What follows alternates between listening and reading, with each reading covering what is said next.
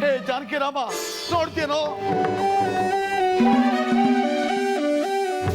ಸಂತೋಷ ಆಯ್ತಾ? ನೆಮ್ಮದಿ ಆಯ್ತಾ?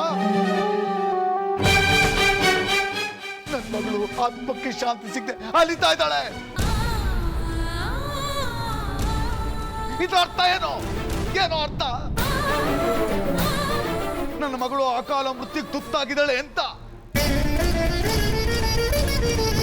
ನನ್ನ ಮಗಳ ಸಾವಿಗೆ ಯಾರು ಕಾರಣ ಹೇಳೋ? ರಾಜೇಂದ್ರ,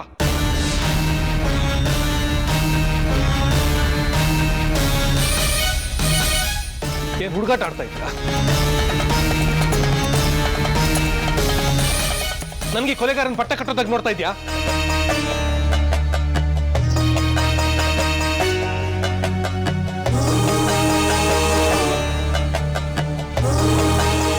ನನ್ನನ್ನು ಏನ್ ಅಂದ್ಕೊಂಡಿದ್ಯಾ ನೀನು? ಅಂದ್ಕೊಳಕ್ ಏನೋ ಉಳ್ತಿದೆ.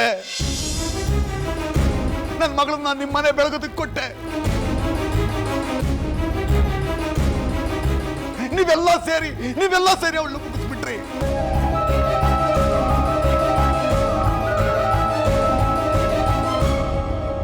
ಅದೇ ತಾನೇ ನಡೆದಿರೋದು.